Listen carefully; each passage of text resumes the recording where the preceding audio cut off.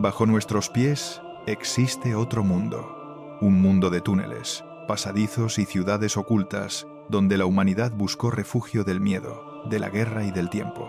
En Naurs, en el norte de Francia, miles de nombres grabados recuerdan a quienes se escondieron bajo tierra para sobrevivir. En Derinkuyu, Turquía, una ciudad entera fue excavada en la roca, con templos, viviendas y pozos de aire que aún respiran historia. Y en Petra, Jordania, la piedra se convirtió en templo, en tumba y en memoria. Una ciudad que no se levantó hacia el cielo, sino que nació dentro de la tierra. Hoy conocerás 6 lugares que revelan los mundos que existen bajo nuestros pies, donde la humanidad dejó grabado su miedo, su ingenio y su deseo de permanecer. Así que relájate, ponte cómodo y bienvenidos a Detrás de la Historia.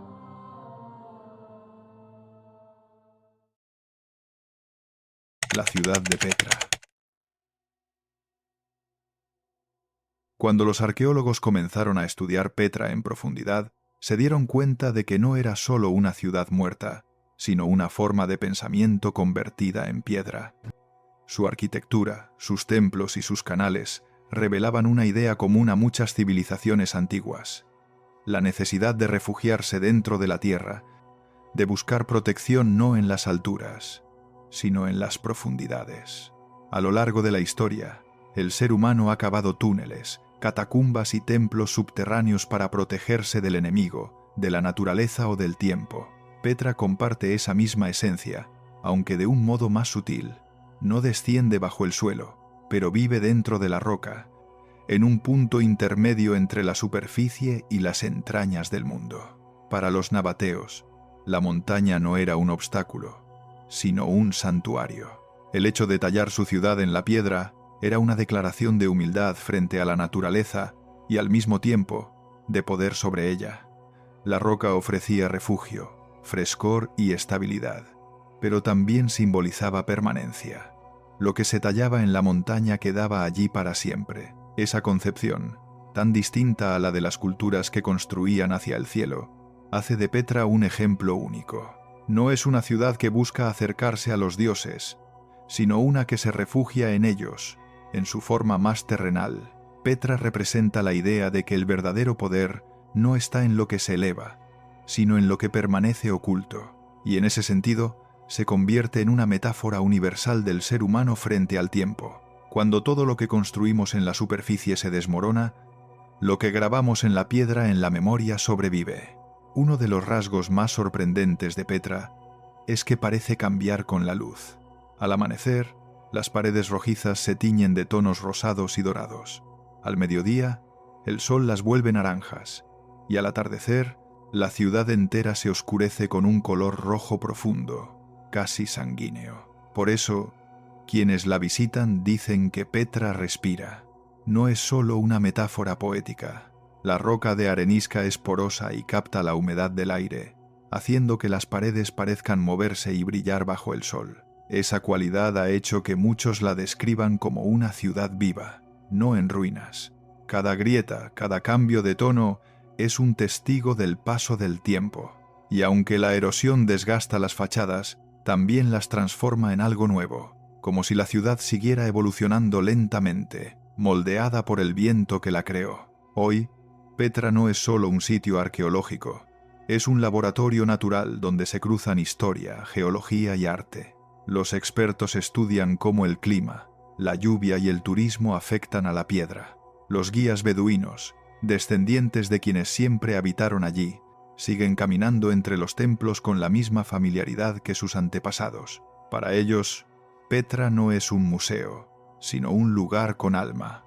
Cada amanecer trae un color distinto, cada día una historia nueva, y cada visitante añade su sombra a la larga memoria de la roca. Petra enseña, con una claridad silenciosa, que nada muere del todo mientras algo lo recuerde. Y la piedra, más que cualquier otro material, recuerda. Hoy, más de 2000 años después de su nacimiento, Petra sigue en pie. Ni los terremotos, ni la arena, ni el olvido lograron borrarla. Sus templos siguen allí, incrustados en la roca, observando el paso del tiempo con la serenidad de quien ya no teme desaparecer. Petra no es solo un vestigio del pasado, Es un espejo donde se reflejan las preguntas eternas de la humanidad. ¿Qué queda de nosotros cuando todo lo demás se desvanece? Los nabateos respondieron a su manera. Lo que queda es lo que se une a la tierra, lo que no pretende elevarse, sino resistir. Por eso Petra no se derrumbó, porque no fue construida contra la naturaleza, sino dentro de ella. Al recorrer sus cañones y escaleras, uno tiene la sensación de que la ciudad está dormida, pero no muerta. Los ecos de los martillos que tallaron sus paredes parecen seguir resonando entre las montañas. Y cuando el sol se oculta tras el desierto, las fachadas se encienden en rojo por última vez, como si el fuego de los antiguos nabateos siguiera ardiendo dentro de la piedra. Petra permanece, inmóvil y viva, recordándonos que la eternidad no está en el cielo sino en la tierra, y que mientras el viento siga rozando sus muros, mientras la luz siga despertando sus colores, esta ciudad seguirá contándonos la misma historia, la de un pueblo que quiso permanecer y lo consiguió.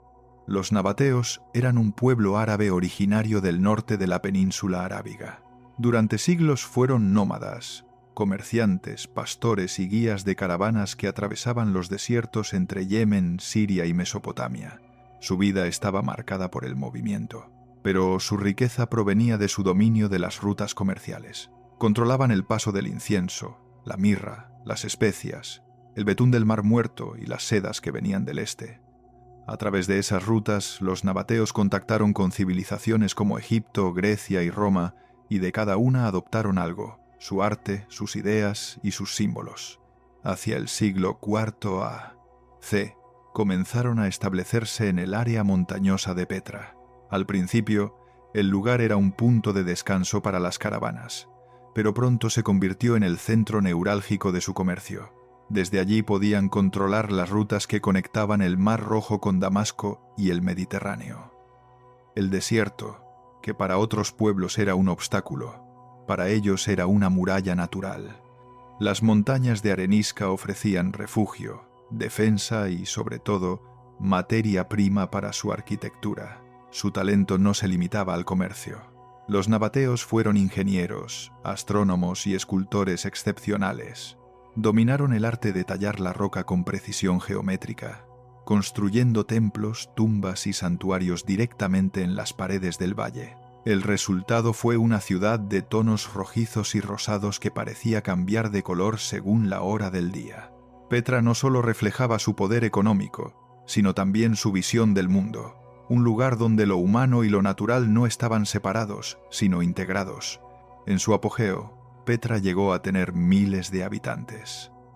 Había mercados, casas, un teatro con capacidad para más de 3.000 personas y templos dedicados a sus dioses, todo excavado o construido con la misma piedra, como si la ciudad entera fuera una extensión del propio desierto. Los nabateos no edificaron sobre la tierra, se fundieron con ella, y de esa fusión nació una de las civilizaciones más singulares del mundo antiguo, una que dejó su huella no en monumentos que se elevan hacia el cielo, sino en paredes que se hunden hacia el corazón de la montaña. La historia de Petra como capital comienza hacia el siglo IV a.C., cuando los nabateos abandonaron su vida nómada y decidieron convertir aquel valle oculto en su hogar definitivo. El lugar era perfecto, protegido por montañas de arenisca y atravesado por un desfiladero tan estrecho que una sola columna de soldados podía bloquearlo. Desde el punto de vista militar era inexpugnable, desde el comercial ideal, pues se encontraba en la intersección de las rutas que unían Arabia con Siria, Egipto y el Mediterráneo. Fue allí donde erigieron su capital, Rakmu, el nombre original de Petra. A diferencia de las grandes ciudades del mundo antiguo, los nabateos no levantaron muros ni torres visibles desde lejos. Prefirieron esconderse. Su genialidad consistió en fundir la arquitectura con la montaña, esculpiendo viviendas, templos y tumbas directamente en la roca. Lo que en otros pueblos habría sido una limitación, para ellos fue una oportunidad. Cada pared del valle era una página por tallar. La roca rojiza, suave y maleable, permitió crear fachadas monumentales, escaleras, pasadizos y cámaras interiores sin necesidad de levantar piedra sobre piedra. Las fachadas muestran influencias de múltiples culturas, Columnas griegas, frontones romanos, capiteles egipcios. Los nabateos no imitaban, combinaban. Su arte era híbrido, cosmopolita, un reflejo de su contacto constante con comerciantes y viajeros de todo el mundo. Con el paso del tiempo, Petra se convirtió en una ciudad viva y bulliciosa. Por sus calles circulaban caravanas cargadas de incienso, seda, especias y perfumes. Los mercados ofrecían productos de 3 continentes, y en sus plazas se oían lenguas de todas partes. Era un lugar de intercambio, de riqueza, pero también de sabiduría. Un punto de encuentro entre culturas que en pleno desierto se sentían seguras entre las rocas. Petra no fue solo una capital política, fue el símbolo de una civilización que había logrado vencer al desierto. Y en esa victoria se escondía su mayor belleza, una ciudad que parecía surgir de la nada, como si la naturaleza misma la hubiera moldeado. A diferencia de otras metrópolis antiguas, Petra no estaba pensada para ser vista desde lejos. No tenía murallas visibles ni templos que dominaran el horizonte. Su defensa era su propio anonimato. El acceso principal, el Siq, es un cañón que serpentea durante casi 2 kilómetros, tan estrecho que en algunos tramos apenas entra un rayo de sol. Quien no conociera la entrada jamás habría imaginado que al final de aquel corredor de piedra se encontraba una ciudad entera. El Siq no era solo un paso geográfico, era también una transición simbólica. Atravesarlo equivalía a dejar atrás el mundo exterior y adentrarse en el corazón secreto de los nabateos. Cuando los viajeros llegaban al final del desfiladero y la roca se abría repentinamente, lo primero que veían era la fachada del tesoro, Alcazne, una visión tan inesperada que incluso hoy resulta difícil describir. Esa sensación de descubrimiento, de hallarse de pronto ante algo oculto y majestuoso, fue intencionada. Los nabateos sabían que el misterio también era una forma de poder. La ciudad escondida de Petra era tanto un refugio físico como un mensaje político. Solo quien conocía el camino podía acceder a su riqueza. La discreción fue su mejor defensa durante siglos. Y así, protegidos por la piedra y el silencio, los nabateos construyeron un reino próspero sin necesidad de ejércitos. Su mayor fortaleza fue su capacidad para permanecer invisibles en un mundo que dependía de la visibilidad. Petra, vista desde dentro, era una urbe vibrante. Vista desde fuera, no existía. Y ese contraste, una ciudad viva oculta dentro de la montaña, es lo que la convirtió en una de las maravillas más enigmáticas del mundo antiguo. El edificio más famoso de Petra es Alcazne, conocido en todo el mundo como el Tesoro. Su fachada, de casi 40 metros de altura, fue tallada con una precisión asombrosa en una sola pared de arenisca. Columnas, esculturas, frontones y detalles ornamentales forman un conjunto que recuerda a los templos clásicos de Grecia, aunque en realidad su función exacta aún se debate. Para algunos arqueólogos fue una tumba real, para otros un santuario dedicado a una deidad nabatea. Lo que sí sabemos es que fue construido en el siglo I a.C., en el apogeo del poder nabateo, cuando Petra alcanzaba su máximo esplendor. Pero Alcazne también está rodeado de leyendas. Los beduinos locales creían que el edificio guardaba el tesoro del faraón del Éxodo, que al ser perseguido por Moisés, escondió su oro en una urna en lo alto de la fachada. Aún hoy se pueden ver los impactos de bala en esa urna, marcas de los disparos que durante siglos los buscadores de fortuna realizaron, convencidos de que dentro había oro. Esa historia dio nombre al monumento, el tesoro del faraón. Otras versiones decían que en sus cámaras interiores vivían espíritus guardianes, o que el edificio servía como entrada a un mundo subterráneo, donde los antiguos dioses del desierto dormían. Estas leyendas no eran solo superstición, eran una forma de respeto. Para los pueblos de la región, la roca que contenía la ciudad tenía vida propia, y los templos excavados en ella eran su corazón. Más allá del mito, el tesoro simboliza la unión perfecta entre naturaleza y arte humano. La roca no fue conquistada ni transformada, fue comprendida, y esa es quizá la esencia de Petra. Una civilización que no impuso su voluntad sobre el paisaje, sino que se integró en él hasta volverse indistinguible. Frente al tesoro, el visitante moderno puede sentir lo mismo que sintió el primer explorador europeo en 1812. una mezcla de asombro, silencio y humildad. Porque en Petra no hay ruinas que se miren desde arriba. Hay montañas que parecen mirarnos desde dentro. Petra fue, además de un centro comercial, un lugar profundamente religioso. Los nabateos desarrollaron una espiritualidad singular, resultado del contacto constante con pueblos y creencias muy distintas. Su religión mezclaba influencias árabes, babilonias, griegas y egipcias, y tenía un rasgo distintivo: la adoración de la roca como manifestación de lo divino. Mientras en otras culturas los templos eran espacios construidos para albergar a los dioses, en Petra el templo era la propia montaña. Entre sus principales divinidades se encontraban Dushara, el dios solar y protector del reino, y Aluza, una diosa vinculada a la fertilidad, la guerra y las estrellas. Ambos eran representados a menudo en forma de bloques o estelas de piedra, conocidas como betilos, sin rasgos humanos, como si los nabateos entendieran que el rostro de sus dioses ya estaba grabado en la roca del desierto. En los templos y altares tallados se realizaban ofrendas de incienso, vino y aceite, elementos que simbolizaban la conexión entre el cielo y la tierra. La ciudad está llena de tumbas, muchas de ellas monumentales, adornadas con columnas y frontones que imitan los palacios de los vivos.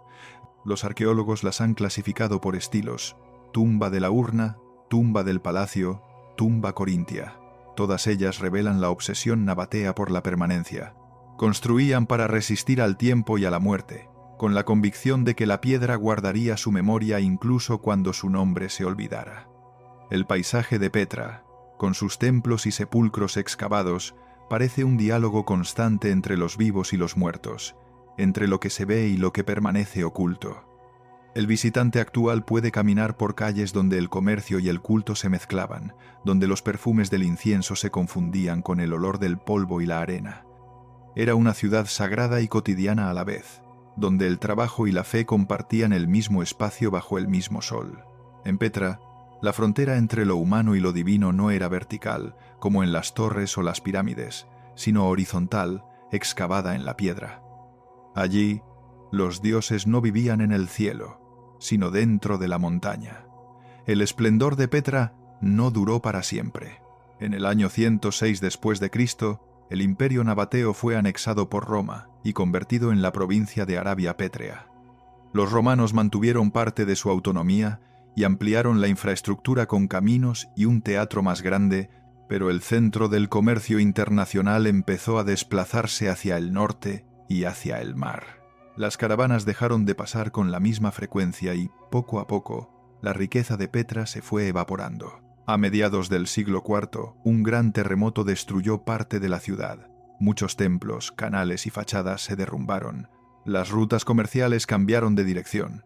El mar se volvió más seguro que el desierto, y el flujo de comerciantes desapareció. Petra se vació lentamente, no de golpe, sino con la lentitud de una llama que se apaga. En los siglos siguientes, el lugar quedó habitado por pequeñas comunidades cristianas, y más tarde, por tribus beduinas que lo usaron como refugio temporal. Los templos fueron reutilizados como iglesias, las tumbas como viviendas, y la arena empezó a cubrir los caminos y las escalinatas. El viento del desierto, constante y paciente, fue sellando los muros con polvo, ocultando la ciudad entera a la vista del mundo. Durante la Edad Media, Petra era poco más que un rumor. Los viajeros árabes la mencionaban como un valle misterioso habitado por espíritus, y algunos cronistas islámicos la confundieron con lugares bíblicos como el Valle de los Profetas o la tumba de Aarón, el hermano de Moisés, que se encuentra en una colina cercana. Para Occidente, Petra dejó de existir. Durante más de 1000 años, el mundo creyó que aquella ciudad tallada en la piedra era una leyenda. Pero la historia no había terminado. Petra no desapareció. Esperó bajo la arena, bajo el silencio y bajo la indiferencia, hasta que un viajero suizo, movido por la curiosidad, la devolvió a la luz. En el año 1812, un joven explorador suizo llamado Johann Ludwig Burckhardt viajaba por el Medio Oriente disfrazado de comerciante árabe. Su objetivo era llegar a la Meca, pero en su trayecto escuchó a los beduinos hablar de una antigua ciudad de piedra oculta en las montañas del sur de Jordania. Fascinado por el relato, fingió interés en visitar la tumba del profeta Aarón y con ese pretexto fue conducido hasta el valle de Wadi Musa. Burckhardt caminó por el Sik acompañado de su guía, sin sospechar que estaba a punto de descubrir una de las maravillas arqueológicas más grandes del mundo. Cuando las paredes del cañón se abrieron y apareció ante sus ojos la fachada de Al-Qasne, el tesoro, el joven explorador quedó inmóvil. No lo dijo en voz alta, pero en sus diarios escribió más tarde: «La escena me hizo olvidar por un momento que respiraba». Aquella visión marcó el inicio de un nuevo capítulo en la historia de Petra. A su regreso, Burckhardt difundió sus observaciones en Europa, y la noticia de la ciudad perdida despertó la imaginación de arqueólogos, artistas y aventureros. Durante el siglo XIX, exploradores británicos, franceses y alemanes siguieron sus pasos, trazando los primeros mapas y redescubriendo los templos y las tumbas que el desierto había ocultado. Para el mundo occidental, Petra era un hallazgo inesperado. Para los beduinos era simplemente su hogar. Ellos nunca la habían considerado una ciudad perdida, sino parte de su paisaje cotidiano. Durante generaciones habían vivido entre las ruinas, pastoreando sus rebaños o refugiándose en las antiguas tumbas. Gracias a esa convivencia silenciosa, la ciudad se había conservado, casi intacta, hasta el día en que el mundo volvió a mirarla. El redescubrimiento de Petra no fue solo arqueológico, fue también emocional.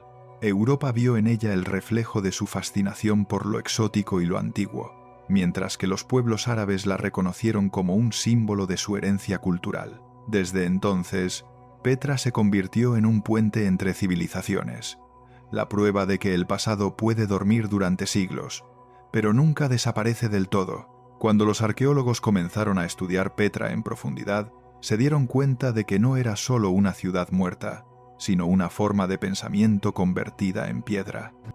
Su arquitectura, sus templos y sus canales revelaban una idea común a muchas civilizaciones antiguas: la necesidad de refugiarse dentro de la tierra, de buscar protección no en las alturas, sino en las profundidades. A lo largo de la historia, el ser humano ha cavado túneles, catacumbas y templos subterráneos para protegerse del enemigo, de la naturaleza o del tiempo. Petra comparte esa misma esencia, aunque de un modo más sutil. No desciende bajo el suelo, pero vive dentro de la roca, en un punto intermedio entre la superficie y las entrañas del mundo. Para los nabateos, la montaña no era un obstáculo, sino un santuario. El hecho de tallar su ciudad en la piedra era una declaración de humildad frente a la naturaleza y al mismo tiempo de poder sobre ella.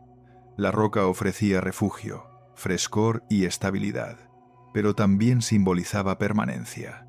Lo que se tallaba en la montaña quedaba allí para siempre. Esa concepción, tan distinta a la de las culturas que construían hacia el cielo, hace de Petra un ejemplo único. No es una ciudad que busca acercarse a los dioses, sino una que se refugia en ellos, en su forma más terrenal. Petra representa la idea de que el verdadero poder no está en lo que se eleva, sino en lo que permanece oculto, y en ese sentido se convierte en una metáfora universal del ser humano frente al tiempo. Cuando todo lo que construimos en la superficie se desmorona, lo que grabamos en la piedra en la memoria sobrevive. Uno de los rasgos más sorprendentes de Petra es que parece cambiar con la luz. Al amanecer, las paredes rojizas se tiñen de tonos rosados y dorados. Al mediodía, el sol las vuelve naranjas, y al atardecer, la ciudad entera se oscurece con un color rojo profundo, casi sanguíneo. Por eso, quienes la visitan dicen que Petra respira. No es solo una metáfora poética. La roca de arenisca es porosa y capta la humedad del aire, haciendo que las paredes parezcan moverse y brillar bajo el sol. Esa cualidad ha hecho que muchos la describan como una ciudad viva, no en ruinas. Cada grieta, cada cambio de tono es un testigo del paso del tiempo. Y aunque la erosión desgasta las fachadas, también las transforma en algo nuevo, como si la ciudad siguiera evolucionando lentamente, moldeada por el viento que la creó. Hoy, Petra no es solo un sitio arqueológico, es un laboratorio natural donde se cruzan historia, geología y arte. Los expertos estudian cómo el clima, la lluvia y el turismo afectan a la piedra. Los guías beduinos, descendientes de quienes siempre habitaron allí, siguen caminando entre los templos con la misma familiaridad que sus antepasados. Para ellos, Petra no es un museo, sino un lugar con alma.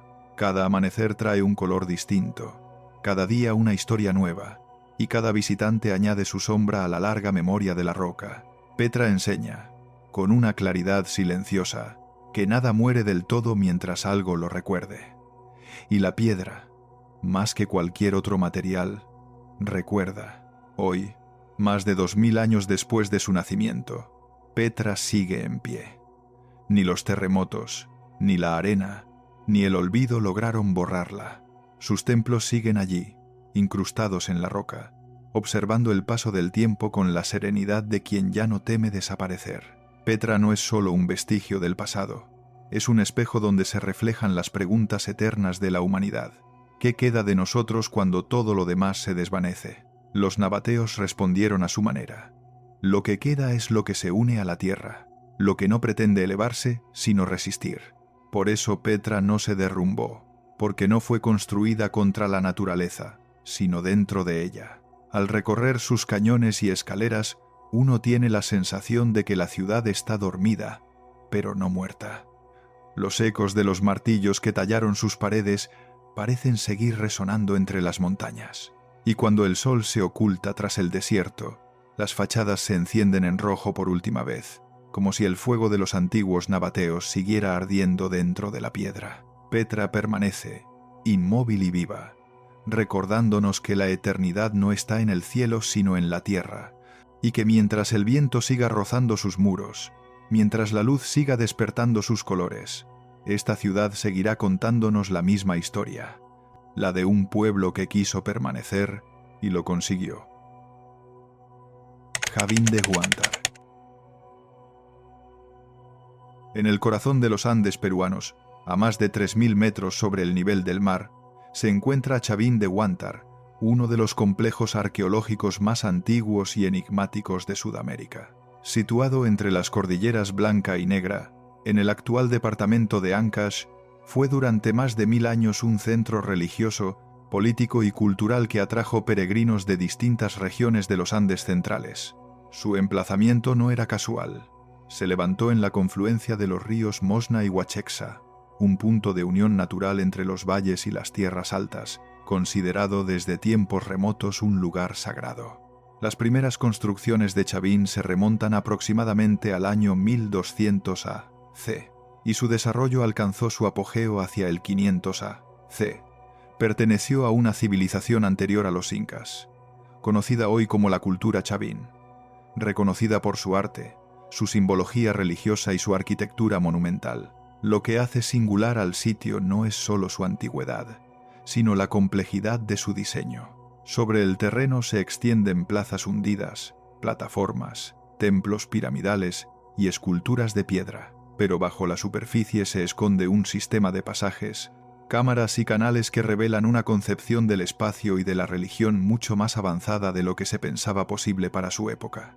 Cuando los arqueólogos iniciaron las primeras excavaciones a mediados del siglo XX, comprendieron que no se trataba simplemente de un templo ceremonial. Lo que se había descubierto era un santuario de alcance continental, un lugar al que acudían pueblos de toda la región andina para participar en rituales, intercambiar ofrendas y someterse a experiencias de transformación espiritual. Chavín fue, en muchos sentidos, el corazón religioso del antiguo Perú, un punto de encuentro entre distintas culturas que compartían una misma visión, la de un mundo donde lo humano y lo divino estaban conectados a través de la naturaleza y los elementos. Bajo las plazas y templos visibles se extiende un sistema de galerías subterráneas que constituye una de las obras de ingeniería más notables de la antigüedad americana. Se han identificado más de 200 metros de túneles y cámaras, distribuidos en distintos niveles y conectados entre sí por pasadizos estrechos. Algunos son tan angostos que apenas cabe una persona de pie. Otros se abren en amplias salas con techos altos y muros cuidadosamente labrados. Estas estructuras no fueron improvisadas ni excavadas al azar. Obedecen a un plan arquitectónico preciso, orientado a controlar la luz, el sonido y el flujo del agua. A diferencia de otras culturas contemporáneas, que utilizaban túneles con fines defensivos o funerarios, los de Chavin tenían una función ritual y simbólica. Servían como espacios de iniciación o de conexión espiritual. La ausencia de restos domésticos como utensilios, herramientas o restos de fuego confirma que no se trataba de lugares de habitación. Las galerías se mantuvieron limpias y vacías, como corredores destinados a un uso específico durante ceremonias religiosas. El material de construcción también fue cuidadosamente elegido. Las piedras, extraídas del mismo valle, fueron cortadas con precisión y encajadas sin mortero, formando muros sólidos que han resistido más de 2000 años de sismos y deslizamientos. La disposición de las galerías permite una circulación natural del aire y los canales subterráneos aprovechan la corriente del río Mosna para crear un flujo constante de agua bajo el templo. Este diseño hidráulico único en su tipo generaba un murmullo permanente, una vibración de fondo que acompañaba todos los rituales. Hoy se sabe que esa integración entre arquitectura y sonido no fue accidental, sino parte fundamental del propósito del lugar. Uno de los aspectos más impresionantes de Chavin de Huántar es la forma en que manipula los sentidos. Quienes descendían a sus galerías lo hacían en completa oscuridad. Los pasillos eran tan estrechos que obligaban a avanzar lentamente, guiados por el tacto y el sonido. A medida que se penetraba más en el laberinto, el ruido del agua corría bajo los pies, amplificado por los canales de piedra. La experiencia debía de ser profundamente desorientadora, sin luz, con ecos que se multiplicaban y una sensación constante de vibración en las paredes. Los arqueólogos han realizado experimentos acústicos para comprender esta estructura. Al tocar trompetas de caracola, similares a las halladas en el sitio, el sonido se transforma dentro de los túneles. Las frecuencias bajas se amplifican, las altas se desvían, y el resultado es un rugido grave y prolongado que se asemeja a la voz de un animal. Este efecto no solo era conocido por los constructores, sino que era usado de forma deliberada. Los sacerdotes podían producir estos sonidos ocultos en las galerías, creando la impresión de que el templo mismo estaba vivo, o que los dioses respondían a los cánticos humanos. Los estudios más recientes del Centro Internacional de Investigación Arqueológica de Stanford han confirmado que las propiedades acústicas de Chavin son únicas entre los templos precolombinos. Cada túnel actúa como una caja de resonancia, capaz de generar distintos efectos auditivos según la ubicación del observador. Esto sugiere que el sitio no solo tenía una función religiosa, sino también una función psicológica: alterar la percepción, inducir estados de trance y reforzar la sensación de estar ante una presencia divina. En ese entorno de oscuridad, ruido y confusión sensorial, los antiguos creyentes no solo rezaban, experimentaban la divinidad a través del cuerpo. La arquitectura de Chavin de Huántar no fue diseñada solo para impresionar, sino para provocar un efecto psicológico. Los constructores crearon un entorno cuidadosamente controlado, donde cada elemento, la oscuridad, el ruido del agua, el eco de las paredes y los cambios bruscos de espacio, contribuía a desorientar al visitante. Los pasillos estrechos generaban una sensación de encierro, mientras que las cámaras abiertas producían una impresión repentina de liberación. El recorrido no era aleatorio. Seguía un patrón simbólico que representaba el paso del mundo exterior, luminoso y humano, al mundo interior, oscuro y divino. Los arqueólogos coinciden en que estas galerías formaban parte de rituales de iniciación. Los peregrinos que acudían al templo, procedentes de distintas regiones de los Andes, probablemente pasaban días en ayuno o silencio antes de descender al subsuelo. El viaje por el laberinto no era físico, sino espiritual, un proceso de transformación. Al entrar en los túneles, el creyente dejaba atrás la identidad terrenal.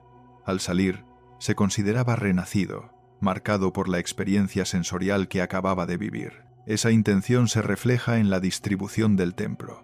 Las cámaras más amplias, situadas en el centro, parecen haber funcionado como salas de revelación o encuentros ceremoniales. Los relieves de serpientes, jaguares y aves que adornan las paredes aluden a la metamorfosis, un tema central en la religión Chavin. El templo, en suma, no era un refugio ni una tumba.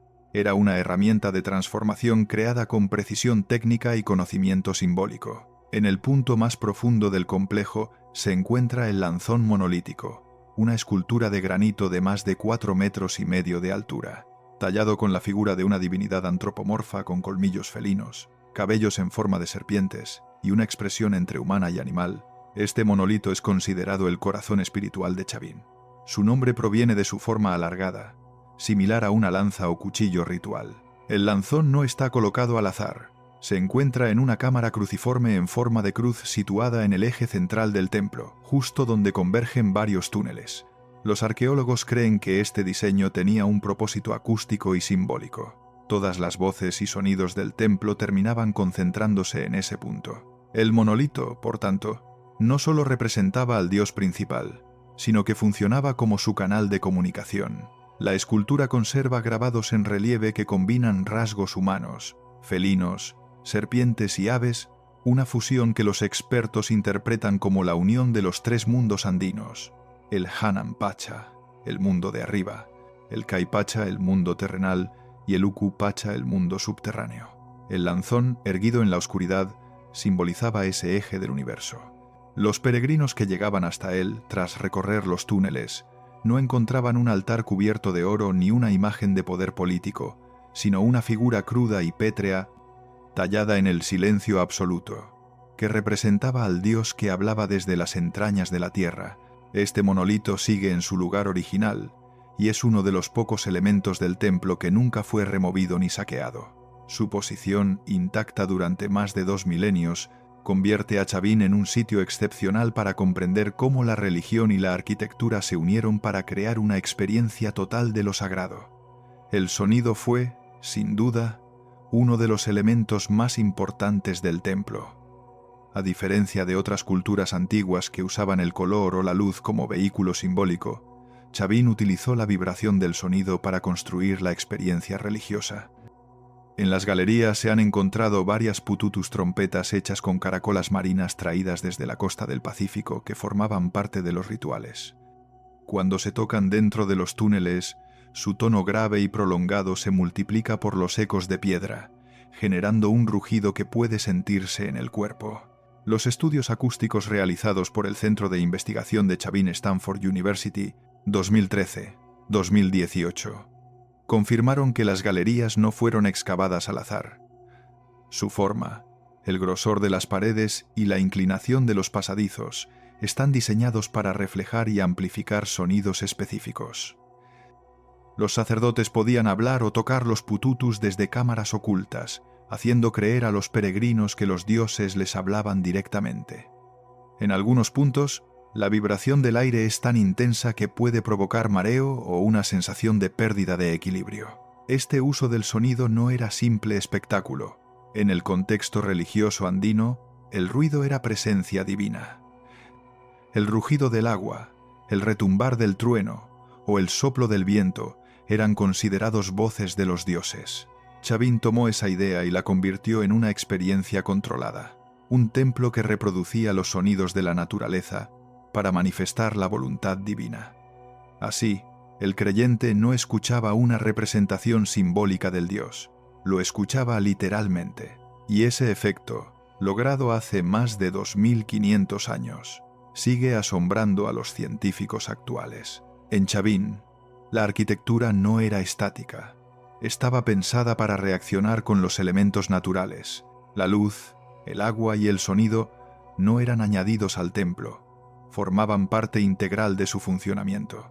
Pequeños orificios tallados en las paredes superiores dejaban pasar rayos de luz que, en determinados momentos del día, iluminaban figuras específicas o puntos del suelo. Este detalle demuestra un conocimiento astronómico y técnico muy preciso, pues la orientación de las aberturas coincide con los movimientos solares durante los solsticios y equinoccios. El agua, en cambio, circulaba por debajo. El complejo cuenta con un sistema hidráulico subterráneo que canalizaba el cauce del río Mosna. Los ingenieros prehispánicos crearon conductos de piedra que no solo evitaban inundaciones, sino que generaban un murmullo constante y controlado. Durante los rituales, ese sonido podía intensificarse abriendo compuertas o bloqueando el paso del agua, haciendo que el suelo vibrara y los muros respiraran al ritmo del flujo. No era un efecto accidental, sino una herramienta ritual. El agua simbolizaba la vida, la fertilidad y la conexión entre los mundos. La combinación de estos elementos, luz que desciende, sonido que retumba y agua que fluye, daba la impresión de que el templo estaba vivo. Los arqueólogos interpretan esto como una forma de arquitectura dinámica. El templo se convertía en un organismo que respondía a la naturaleza. Para los peregrinos, descender a esos túneles era como adentrarse en el cuerpo mismo de la tierra, donde cada vibración y cada rayo de luz eran señales de que los dioses estaban presentes. Los rituales celebrados en Chavín eran experiencias sensoriales totales, diseñadas para transformar psicológicamente a los participantes. Según las investigaciones del arqueólogo peruano Luis Guillermo Lumbreras, los peregrinos llegaban desde regiones distantes llevando ofrendas cerámicas, tejidos, caracolas y animales y esperaban su turno para entrar al templo. El proceso de iniciación consistía en recorrer los túneles, enfrentarse a la oscuridad, el ruido y la desorientación, y finalmente encontrarse con la figura del lanzón. Este recorrido tenía un profundo significado simbólico. Descender a la oscuridad representaba la muerte ritual del individuo, un abandono de la identidad anterior. Enfrentarse a los sonidos y visiones del templo era una forma de renacer espiritualmente, de volver a la superficie, convertido en otro. Las esculturas y relieves del exterior, donde aparecen seres humanos con colmillos o animales con rostros humanos, podrían representar ese proceso de transformación. El iniciado salía de las galerías mezclado con lo divino, adoptando los rasgos del dios felino o del ave mítica. Estas prácticas no eran simples supersticiones, cumplían una función social y religiosa: consolidar la autoridad de los sacerdotes y reforzar la cohesión de los pueblos andinos bajo una misma cosmovisión. En un tiempo sin escritura ni poder político centralizado, la experiencia religiosa era el lenguaje común, y Chavín, con su arquitectura diseñada para alterar los sentidos, fue el escenario donde ese lenguaje se hizo tangible. El arte de Chavín es la clave para comprender su pensamiento. En los muros del templo y en las cerámicas asociadas al sitio, se repite una iconografía compleja, donde los límites entre humanos, animales y dioses se difuminan. Estas imágenes no son decorativas, transmiten una teología visual.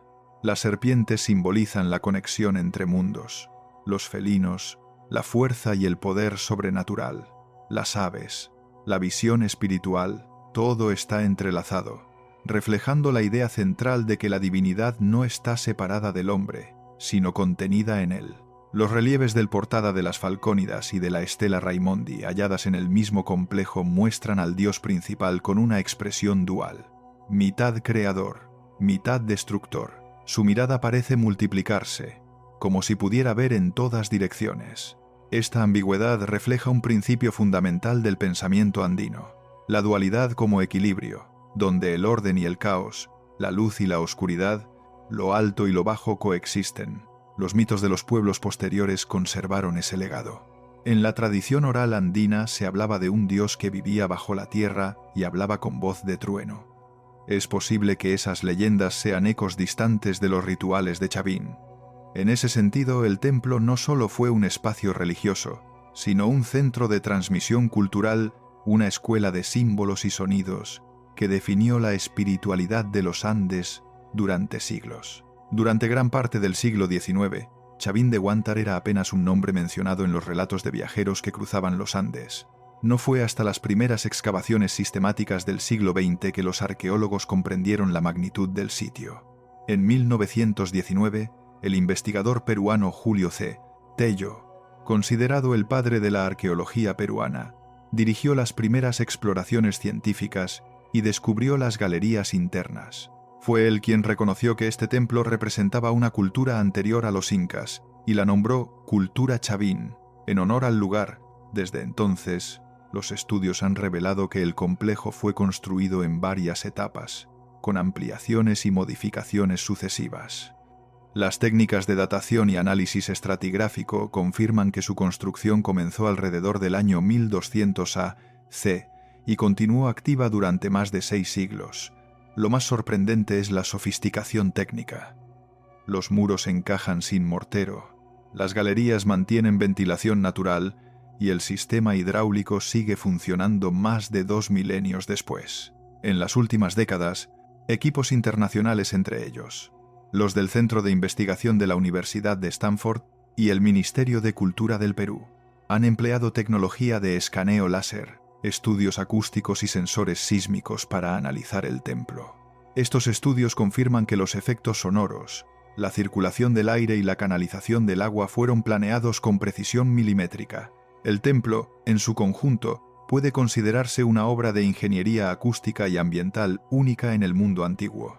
La ciencia moderna, lejos de desacreditar el misterio, ha demostrado que Chavin fue una civilización capaz de manipular el entorno natural con una comprensión asombrosa. Tras el declive de la cultura Chavin hacia el 400 a.C., el templo fue abandonado. Las causas exactas no se conocen.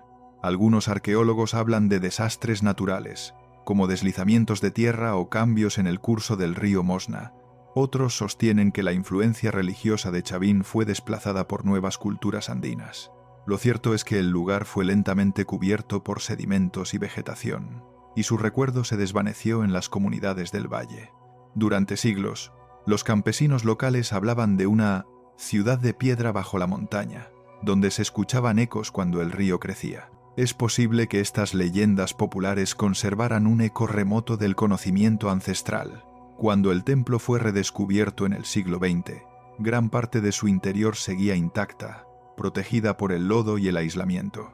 En los túneles se hallaron cerámicas, huesos de animales, instrumentos musicales y fragmentos de esculturas, todo cuidadosamente depositado, como si los antiguos hubieran sellado el lugar deliberadamente antes de marcharse. Esa clausura intencionada es uno de los grandes enigmas de Chavin. A diferencia de otros templos saqueados o destruidos, Chavin parece haber sido sellado por sus propios constructores, tal vez como un acto de respeto o como una forma de enterrar su poder ritual. El resultado fue que, durante más de 2000 años, el templo permaneció en silencio, oculto bajo tierra, conservando en su interior un testimonio intacto de una de las civilizaciones más avanzadas del continente. Hoy, Chavin de Huántar es patrimonio mundial de la humanidad y uno de los sitios arqueológicos más estudiados del Perú. Las galerías restauradas pueden visitarse, y los experimentos con sonido y luz continúan revelando nuevos datos sobre su funcionamiento. Para los arqueólogos, Chavin no representa solo un hallazgo del pasado, sino una ventana a la mente humana antigua, una muestra de cómo el pensamiento religioso, la ingeniería y el arte se unieron para crear una experiencia multisensorial siglos antes de que existieran los templos griegos o las catedrales europeas. El sitio demuestra que los pueblos andinos del primer milenio antes de Cristo no eran sociedades primitivas, sino culturas profundamente organizadas con un dominio técnico y simbólico extraordinario. Chavin fue su obra maestra, un espacio donde la fe y la ciencia, la naturaleza y la arquitectura se fusionaron en una sola idea. Y aunque hoy el templo se alza en ruinas, el eco de su pasado sigue vivo. Quien entra en sus túneles puede oír aún el sonido del agua corriendo bajo el suelo y sentir esa vibración antigua que confundía a los peregrinos. Es el mismo rumor que, hace más de 2000 años, hizo creer a los hombres que la tierra hablaba, y tal vez, en cierto modo, nunca ha dejado de hacerlo. Los túneles de Naurs, Francia. En el corazón del norte de Francia, bajo los campos verdes y los pueblos silenciosos de Picardía, existe otra ciudad, invisible a simple vista. No tiene campanarios ni calles empedradas.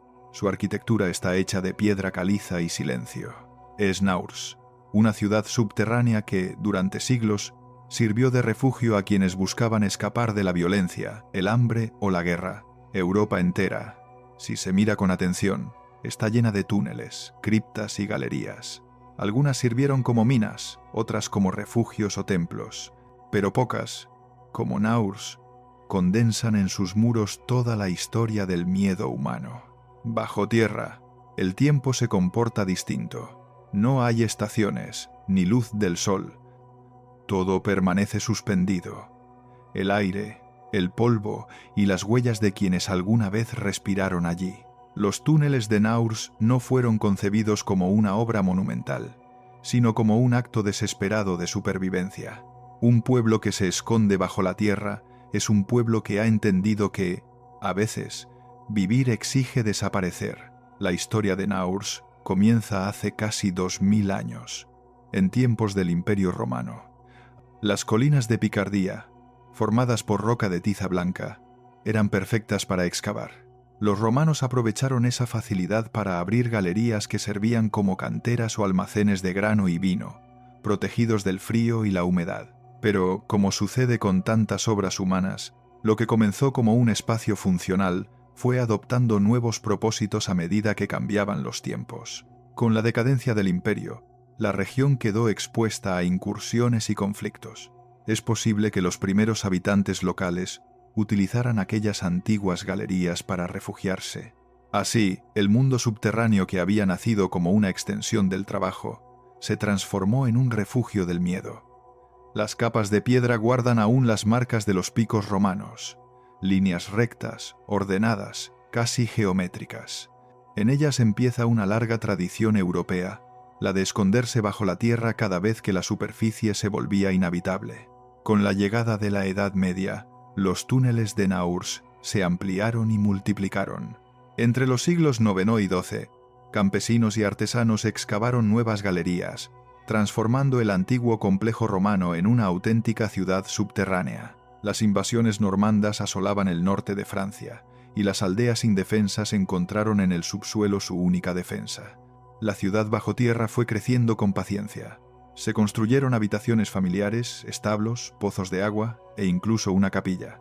En los días más oscuros, cientos de personas podían desaparecer de la superficie durante semanas enteras. Arriba, los ejércitos saqueaban, quemaban, mataban. Abajo, la vida continuaba en un silencio ritual, apenas interrumpido por el eco de pasos o el murmullo de las oraciones. La Edad Media convirtió a Naurs en una metáfora viviente, un pueblo que existía en dos planos, uno visible y otro oculto. Mientras los reinos y los señores combatían por la tierra, los campesinos aprendían a sobrevivir bajo ella. Así, sin saberlo, estaban levantando una de las ciudades subterráneas más grandes y mejor conservadas de toda Europa. El trazado de Naurs sorprende incluso a los ingenieros modernos. Bajo la colina se extiende una red de más de 300 pasadizos comunicados entre sí, distribuidos en múltiples niveles. Algunas galerías son estrechas, apenas lo suficiente para que pase un hombre. Otras se abren en amplias cámaras, con bóvedas de piedra talladas a mano. Había calles interiores, espacios comunes, talleres, almacenes de grano, pozos y chimeneas de ventilación. Las entradas estaban ocultas, disimuladas entre los arbustos o tras falsos muros de piedra. Desde fuera, nadie habría sospechado que, bajo el suelo, podía existir una ciudad viva. Los habitantes de Naurs lograron algo excepcional: reproducir la vida de la superficie bajo tierra. Cada familia tenía su pequeña cámara, los animales, su establo, los niños, su rincón de juegos improvisado. Había zonas designadas para rezar, para cocinar y para descansar. Era un mundo ordenado en la oscuridad, donde la supervivencia dependía de la organización, el silencio y la disciplina. Todo en Naurs responde a una lógica ancestral. Si la guerra pertenece a la superficie, la paz debe buscarse en el subsuelo.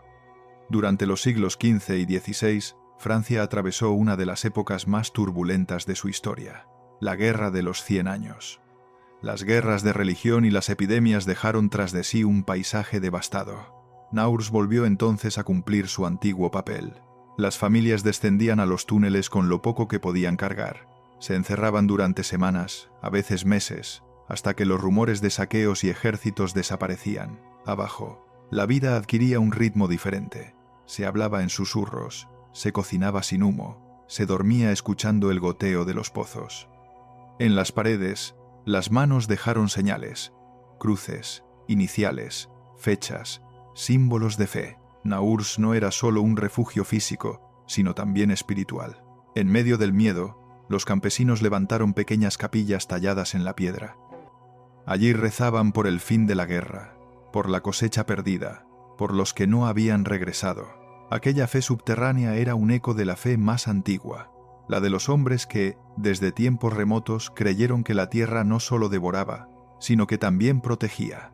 Con el paso de los siglos, los túneles quedaron vacíos. Las generaciones posteriores olvidaron su existencia. Los accesos se hundieron, la vegetación cubrió las entradas y Naurs se convirtió en una leyenda local. Se decía que bajo la colina dormía una ciudad fantasma, habitada por los ecos de los muertos. Fue recién en el siglo XIX cuando un sacerdote local, padre Danny Kurt, comenzó a explorar las cavidades y descubrió la magnitud del complejo. Con la ayuda de arqueólogos y aldeanos, trazó planos, midió galerías y documentó las inscripciones más antiguas. El hallazgo causó asombro. Bajo un pequeño pueblo rural se escondía una red tan extensa que podía albergar a miles de personas. Durante un tiempo, Naurs fue objeto de curiosidad científica y orgullo local, pero nadie podía imaginar que pocas décadas después volvería a cumplir su antigua función. Porque cuando el mundo volvió a incendiarse en 1914, los hombres una vez más tuvieron que buscar refugio en las entrañas de la tierra. El siglo XX trajo consigo la guerra más brutal que Europa había conocido. Cuando las trincheras comenzaron a abrirse en el norte de Francia, el suelo de Picardía volvió a llenarse de hombres que huían del fuego. Los túneles de Naurs, que durante siglos habían dormido en silencio, fueron redescubiertos por los soldados aliados que llegaban desde Australia, Canadá, Escocia o Inglaterra. Al principio, las galerías se usaron como refugios temporales. Eran lugares secos, silenciosos y lo bastante profundos para resistir los bombardeos alemanes. Con el tiempo, se convirtieron en espacios de descanso, improvisados cuarteles y, sobre todo, santuarios de calma en medio del caos. Bajo la tierra, los soldados encontraban un respiro de la artillería. Muchos de ellos, al no saber si verían otro amanecer, tomaron una decisión simple y eterna: dejar su nombre grabado en la piedra. Era su manera de existir, aunque el cuerpo no sobreviviera. Durante décadas, esas marcas permanecieron ocultas. Nadie las había catalogado con detalle hasta que, en el siglo XXI, un equipo de arqueólogos australianos descubrió más de 3.000 inscripciones en las paredes. Nombres, iniciales, fechas, unidades militares, frases de esperanza o despedida. Algunas inscripciones están acompañadas de corazones, cruces o el nombre de una ciudad lejana al otro lado del mundo: Sydney, Melbourne, Ottawa. Los soldados escribieron con clavos, cuchillos o trozos de metal. La piedra caliza, blanda, permitió que sus palabras sobrevivieran más que sus cuerpos. Investigadores lograron identificar a muchos de ellos. Algunos murieron pocos días después de grabar su nombre. Otros regresaron vivos, sin saber que aquel gesto íntimo, casi infantil, se convertiría en su único monumento. En los muros de Naurs no hay héroes ni generales, solo nombres humanos, iguales en su fragilidad. Cada inscripción es una oración sin palabras, un intento de dejar constancia de haber pasado por el mundo, aunque fuera solo por un instante. Cuando uno desciende hoy a las galerías y observa esos nombres, la sensación es sobrecogedora.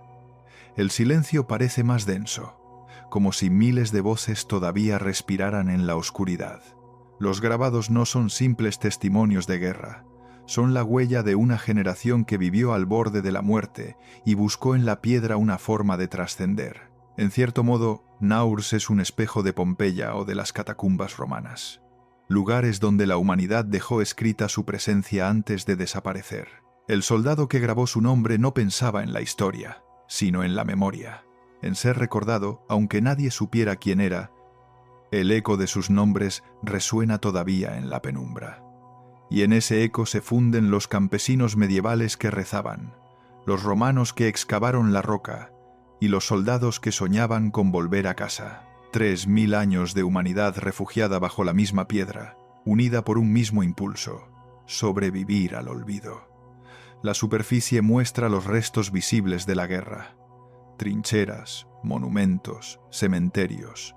Pero bajo tierra, en Naurs, se encuentra la otra mitad del conflicto, la guerra invisible, la del miedo, la espera, el silencio.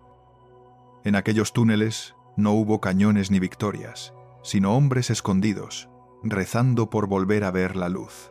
El suelo de Europa se transformó en una frontera entre dos mundos. Arriba, la muerte; abajo, la resistencia. Mientras los memoriales oficiales celebran los nombres de los generales, Naurs conserva los nombres de los olvidados. Es una tumba sin cuerpos, un testamento sin palabras. Allí, el heroísmo no se mide en medallas, sino en el simple acto de resistir otro día. Los túneles recuerdan que la historia no solo se escribe con batallas, sino también con respiraciones contenidas.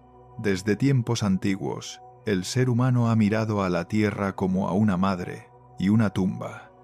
La tierra que alimenta es la misma que entierra. La que acoge también devora. En Naurs, esa dualidad se hace palpable.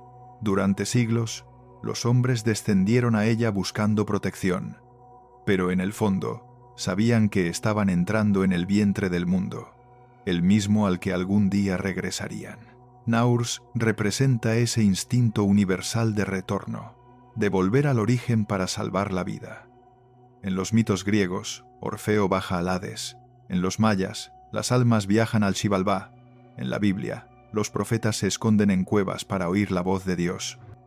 En cada uno de esos relatos, el descenso a la tierra es un paso hacia el conocimiento, una confrontación con la fragilidad humana. Así también, en Naurs, cada nombre grabado en la piedra es un recordatorio de que bajo tierra todos somos iguales. Hoy, los túneles de Naurs pueden visitarse. Los turistas caminan por los pasillos iluminados y observan las marcas dejadas hace más de un siglo. Pero lo que realmente se siente allí no está en lo que se ve, sino en lo que se escucha. Un silencio denso, un silencio que parece respirar. Ese silencio no es vacío. Es la memoria acumulada de generaciones que se refugiaron en la oscuridad para seguir existiendo. En él están los ecos de los campesinos medievales, los susurros de los soldados australianos y las oraciones de quienes murieron sin nombre. Naurs es mucho más que una curiosidad arqueológica. Es un monumento subterráneo a la humanidad misma, un espejo de su miedo, de su fe y de su esperanza. Porque bajo la tierra, en el corazón de la piedra, la historia nunca muere, solo espera, en silencio, a ser recordada. Derinkuyu, la ciudad bajo la tierra. A comienzos de la década de 1960, en una aldea tranquila del corazón de Capadocia, un vecino decidió ampliar su vivienda. Golpeó una pared de piedra para abrir una nueva estancia, y detrás no encontró roca sólida, sino un hueco oscuro, un soplo de aire frío que venía de la nada. Al asomar una lámpara, descubrió un pasadizo tallado en la piedra, descendiendo hacia lo profundo. Nadie en el pueblo recordaba que existiera un túnel allí. Las autoridades locales fueron avisadas, y pronto llegaron arqueólogos desde Ankara. Lo que comenzó como una curiosidad doméstica, terminó convirtiéndose en uno de los descubrimientos arqueológicos más desconcertantes del siglo XX. Tras días de exploración, comprobaron que el pasadizo no era una cueva natural, ni un antiguo almacén, sino el acceso a una ciudad entera oculta bajo tierra, sellada durante siglos y olvidada por completo. Con el tiempo se sabría su nombre, Derinkuyu, que en turco significa pozo profundo. A medida que avanzaban las excavaciones, los investigadores comprendieron que lo hallado no era un refugio ni un simple asentamiento. Era una metrópolis subterránea construida con un propósito que nadie parecía entender. Derinkuyu se extiende a más de 85 metros de profundidad, y hasta la fecha se han identificado 18 niveles comunicados entre sí por una red de túneles, algunos tan estrechos que solo una persona puede avanzar de pie. En su interior había viviendas, bodegas, cocinas, establos, almacenes, pozos de agua y capillas. Incluso se hallaron escuelas y cámaras destinadas al culto religioso. Todo estaba dispuesto con una precisión que no parece fruto de la improvisación. Los túneles formaban un sistema planificado, complejo y seguro. Los arqueólogos calcularon que en su época de mayor ocupación, hasta 20.000 personas pudieron vivir allí al mismo tiempo, junto con su ganado y reservas de alimentos. Se encontraron restos de hornos, depósitos de vino y conductos para evacuar el humo sin asfixiar las cámaras. Era En todos los sentidos, una ciudad completa pero invertida. En lugar de expandirse hacia el cielo, lo hacía hacia las entrañas de la tierra. Lo más asombroso es que el aire circula aún hoy. Los respiraderos fueron excavados con tal precisión que, pese a los siglos, mantienen una ventilación constante. El sistema de pozos además garantizaba agua limpia y fresca en todos los niveles, aislada de la superficie. Derinkuyu no fue un escondite temporal, fue una urbe preparada para sostener la vida durante largos periodos. Cuando los ingenieros modernos analizaron el diseño de Derinkuyu, quedaron perplejos, no solo por la escala de la obra, sino por la exactitud de su arquitectura. Tallar habitaciones, pasadizos y pozos verticales en roca volcánica requeriría hoy maquinaria pesada, planos, sistemas de medición y seguridad, y sin embargo, esta ciudad fue excavada, según la datación oficial, hace más de 2700 años. La pregunta inmediata fue, ¿cómo lo lograron? Los arqueólogos sostienen que la piedra de Capadocia, una toba volcánica, es relativamente blanda, pero aún así, crear un complejo de esa magnitud, solo con herramientas de hierro y fuego, habría sido una tarea colosal. Se estima que para extraer semejante cantidad de roca harían falta millones de horas de trabajo humano. Lo más desconcertante no es el esfuerzo, sino la técnica. Los conductos de aire mantienen una presión constante. Las galerías son simétricas, las escaleras están proporcionadas, y las cámaras más profundas no muestran signos de derrumbe. Es como si sus constructores hubieran conocido principios de ingeniería moderna miles de años antes de que existieran.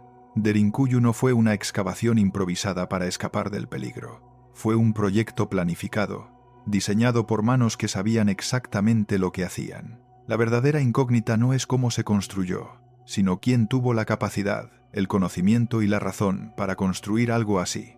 A medida que los arqueólogos descendían, comenzaron a comprender que Derinkuyu no era solo un lugar para vivir, sino también una fortaleza. Los túneles principales podían cerrarse con enormes discos de piedra tallados directamente en la roca, similares a ruedas de molino, pero con un propósito muy distinto: defender la ciudad desde dentro. Cada uno de estos discos, de hasta 1,5 metros de diámetro y más de 500 kilos de peso, estaba colocado de forma estratégica para que una sola persona pudiera empujarlo desde el interior y bloquear el paso. Desde fuera, sin embargo, era imposible moverlo. El diseño no deja lugar a dudas. Derinkuyu fue pensada para resistir un asedio. Las puertas se sucedían nivel tras nivel, creando estrechos puntos de defensa donde los habitantes podían detener a cualquier intruso. Incluso existían trampas, pasadizos que conducían a callejones sin salida y cámaras ciegas, destinadas a confundir a quien no conociera el trazado. Era un laberinto defensivo perfecto, donde el enemigo no tenía escapatoria. Estas rocas circulares se conservan hoy en su lugar, y aún muestran los surcos de las palancas con las que se movían. El narrador puede señalar que este sistema, simple pero brillante, no se repite en ninguna otra arquitectura subterránea conocida con tal nivel de complejidad. Quien diseñó Derinkuyu no solo pensó en sobrevivir bajo tierra, sino en protegerse de algo o de alguien. Pero una fortaleza subterránea no sirve de nada sin aire. Y en Derinkuyu, el aire fluye. Los exploradores descubrieron más de 500 pozos de ventilación que descienden verticalmente desde la superficie, algunos con más de 50 metros de altura. Estos ejes conectan los niveles inferiores con la superficie mediante un sistema de circulación natural de aire, tan eficiente que sigue funcionando después de siglos sin mantenimiento. El agua también estaba asegurada.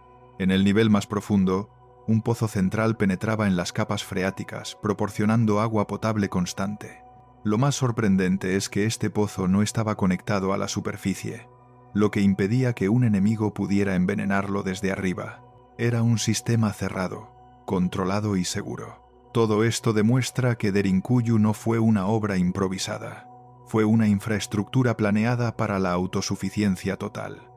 La ciudad podía mantenerse con vida durante semanas o meses sin necesidad de salir al exterior. Tenía espacios para el ganado, depósitos de grano, prensas de vino y aceite, e incluso escuelas y capillas talladas directamente en la piedra. Lo asombroso es que, en pleno siglo XXI, Los especialistas todavía no comprenden cómo fue posible mantener tal equilibrio ambiental en un entorno cerrado y tan profundo. Algunos ingenieros reconocen que, si se intentara hoy replicar un sistema así con medios manuales, sería casi imposible conseguir una ventilación tan eficaz. Ante la magnitud del descubrimiento, la arqueología tradicional intentó dar una explicación coherente. Según la versión más aceptada, Derinkuyu habría sido excavada originalmente por los frigios, un pueblo de Anatolia, alrededor del siglo VIII a.C., aprovechando la blandura de la toba volcánica. Más tarde, durante los siglos VI y Aldés, los cristianos bizantinos la habrían ampliado y utilizado como refugio frente a las invasiones árabes. Las pruebas materiales parecen confirmarlo. Se hallaron inscripciones con cruces, restos de cerámica bizantina y hornos típicos de esa época. Además, Capadocia fue un territorio con una larga tradición de monjes ermitaños y comunidades subterráneas que buscaban protección y aislamiento espiritual. Para los historiadores, Derinkuyu no fue una ciudad misteriosa ni mágica, sino una respuesta extrema a una vida en permanente amenaza. Las guerras, los saqueos y las persecuciones religiosas habrían obligado a sus habitantes a construir refugios cada vez más profundos y complejos. Sin embargo, esta explicación deja vacíos importantes. La precisión de los conductos, la escala de la excavación y la ausencia de referencias escritas sobre su construcción plantean una duda inevitable. Si fue realmente obra de los frigios o de los bizantinos, ¿por qué no existe ningún registro histórico que mencione una empresa de esa magnitud? ¿Cómo una ciudad subterránea para miles de personas pudo ser edificada sin dejar huella en los textos de su tiempo? No todos los investigadores aceptan la versión oficial. Desde su descubrimiento, Derinkuyu ha despertado teorías que van más allá de lo arqueológicamente aceptado. Algunos especialistas independientes sostienen que la ciudad no fue construida por los frigios ni por los bizantinos, sino heredada de una civilización anterior, mucho más antigua, cuyos rastros visibles se perdieron con el tiempo. Según esta visión, los cristianos tan solo habrían reutilizado y adaptado un complejo ya existente. El argumento principal se basa en el silencio histórico. Ninguna crónica, ni griega ni romana, menciona la construcción de una ciudad de esa magnitud bajo tierra. Y si se hubiera levantado en época bizantina, habría requerido la mano de miles de obreros y una organización estatal inmensa. Pero no hay registros, ni impuestos, ni órdenes reales que lo documenten. Algunos teóricos apuntan que Derinkuyu podría haber tenido un propósito distinto, más allá de la defensa. Un refugio ante una catástrofe natural o climática, quizá una erupción volcánica, una glaciación o un diluvio. Su profundidad, su sistema cerrado y su capacidad para albergar a miles de personas encajan más con la idea de supervivencia prolongada que con la de un escondite temporal. Aunque la arqueología no respalde estas hipótesis, hay algo innegable. La obra desafía el contexto histórico conocido, y su perfección técnica parece pertenecer a una mente colectiva más antigua y metódica de lo que los registros nos muestran. Con el tiempo, las excavaciones revelaron que Derinkuyu no era una estructura aislada. A apenas 10 kilómetros se encuentra Kaimakli, otra ciudad subterránea de dimensiones considerables. Entre ambas, los arqueólogos descubrieron galerías selladas que parecían conectar los dos complejos. Esto llevó a una pregunta fascinante. ¿Podrían estas ciudades formar parte de una red subterránea que se extiende bajo toda Capadocia? Las leyendas locales llevan siglos afirmando que sí. Los habitantes de la región hablan de los caminos bajo la tierra, túneles que recorrerían kilómetros y unirían aldeas enteras. Algunos campesinos aseguran haber encontrado respiraderos o aberturas selladas en campos de cultivo, y los obreros modernos dicen haber oído corrientes de aire provenientes de grietas imposibles de rastrear. Las investigaciones oficiales han confirmado que hay decenas de ciudades subterráneas menores, muchas aún sin explorar, algunas apenas a pocos kilómetros unas de otras. Si existiera una red que las conectara, sería una de las obras de ingeniería más grandes y enigmáticas del mundo antiguo. Sin embargo, los arqueólogos turcos prefieren hablar de coincidencias topográficas. Capadocia está formada por roca blanda y propicia a las cavidades naturales. Pero los pasadizos rectos, las medidas exactas y la continuidad de los ejes verticales sugieren un patrón demasiado intencionado para ser fruto del azar. En Capadocia, las leyendas sobre el mundo subterráneo son tan antiguas como la región misma. Desde hace generaciones, los ancianos cuentan que bajo la tierra viven los hombres de abajo, una raza olvidada que una vez emergió a la superficie y enseñó a los pueblos antiguos el arte de excavar. Cuando el mundo se volvió peligroso, dicen, regresaron a sus galerías y sellaron las entradas para siempre. En otras versiones, Derinkuyu fue un refugio sagrado, donde los primeros pobladores se ocultaron de un castigo divino o de una guerra entre los cielos y la tierra. Los mitos hititas mencionan a los pueblos del interior, seres humanos o divinos que vivían bajo la roca y respiraban el aliento del mundo. Algunos investigadores creen que estas antiguas narraciones pudieron inspirarse en ciudades como Derinkuyu, que aún en la Edad Media seguían vivas en la memoria colectiva. Los propios aldeanos actuales conservan supersticiones en torno al lugar. Muchos evitan acercarse a los túneles cerrados por miedo a perderse en el aire sin fin. Y algunos guías turísticos afirman que en los niveles más profundos se escuchan sonidos inexplicables, golpes, corrientes de aire o murmullos que parecen venir de más abajo de lo que se ha excavado. Nadie sabe si son ecos naturales o algo más, pero lo cierto es que en Capadocia, incluso hoy, la tierra sigue hablando en susurros. Imaginemos lo que significaba vivir en Derinkuyu. Durante los periodos de peligro, familias enteras descendían a las profundidades con sus animales, alimentos y herramientas. En los niveles superiores se guardaban las provisiones, en los intermedios las viviendas, y en los más bajos los pozos de agua y las cámaras religiosas. Allí abajo, el aire era fresco pero pesado, y la oscuridad permanente obligaba a depender de antorchas que apenas iluminaban unos metros. Los habitantes seguían una vida organizada. Había normas, jerarquías, turnos de trabajo y rezos diarios. Se cree que los monjes bizantinos celebraban misa en capillas talladas en la roca, con altares mínimos y cruces grabadas en las paredes. Las voces se propagaban por los túneles y se mezclaban con los sonidos apagados del ganado.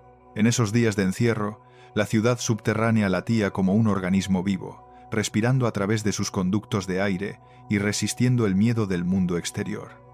Pero la vida en Derinkuyu también debía de ser dura.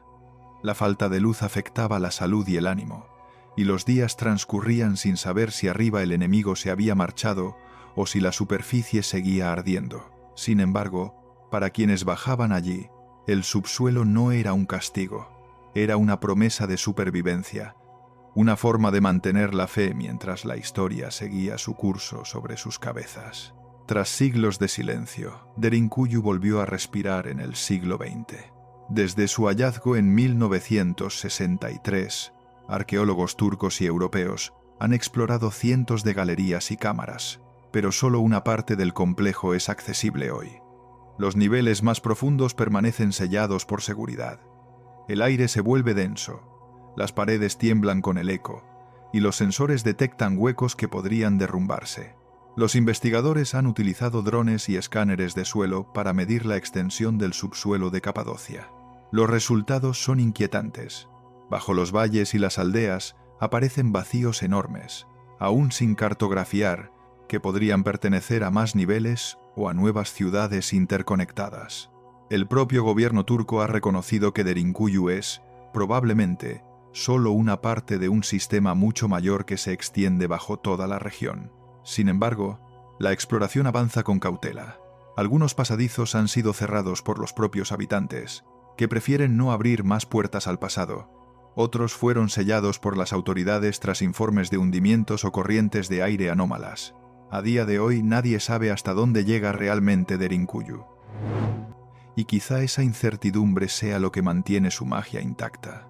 Más de medio siglo después de su descubrimiento, Derinkuyu continúa siendo uno de los mayores enigmas arqueológicos del mundo antiguo. Se la puede visitar, recorrer sus túneles y admirar su ingeniería, pero su origen y propósito siguen siendo objeto de debate. Nadie ha podido responder con certeza quién la construyó, ni por qué la escondió con tanto empeño. Para algunos, es la prueba del ingenio humano llevado al límite. Para otros, el vestigio de una civilización perdida que supo sobrevivir donde nadie más lo habría logrado. Y para los habitantes de Capadocia, es simplemente la herencia de la tierra, un recordatorio de que bajo cada paso puede haber otra historia esperando a ser contada.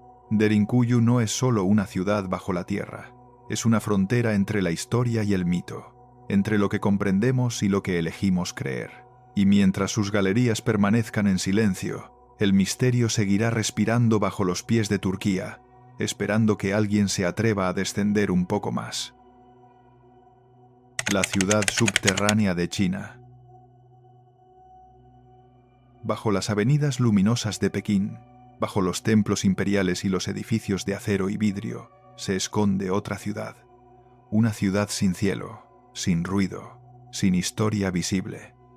Una ciudad que nació del miedo. La llaman Dixia Cheng, la ciudad subterránea. Un laberinto de túneles, pasillos y cámaras de concreto que se extiende bajo el corazón de la capital china. Su existencia fue, durante años, un secreto a medias. Todos sabían que estaba allí, pero nadie podía decir cuánto abarcaba ni qué había realmente en su interior. Mientras en la superficie, la China de Mao se mostraba al mundo como una nación revolucionaria, segura de su destino, bajo tierra se preparaba para el fin, porque Pekín, la ciudad imperial, la ciudad roja, también se construyó para resistir una guerra que nunca llegó, pero que todos creyeron inevitable. El año 1969 marcó uno de los momentos más tensos de la Guerra Fría. Las fronteras entre China y la Unión Soviética ardían, y los enfrentamientos en la isla de Zhenbao parecían anunciar una catástrofe nuclear. En ese clima de paranoia y amenaza, Mao Zedong pronunció una frase que se convertiría en consigna nacional. Cavad túneles, almacenad grano y preparaos para la guerra. Aquella orden fue tomada al pie de la letra. En cuestión de meses, decenas de miles de obreros, estudiantes y soldados comenzaron a excavar bajo la capital.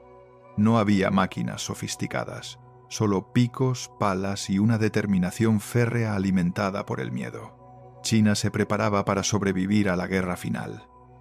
Y para lograrlo, debía crear una segunda Pekín, oculta bajo la primera. Una urbe invisible, autosuficiente, capaz de sostener la vida de millones de personas en caso de que la superficie desapareciera. Mientras las potencias occidentales construían refugios de élite o búnkeres militares, la China de Mao soñaba con algo distinto.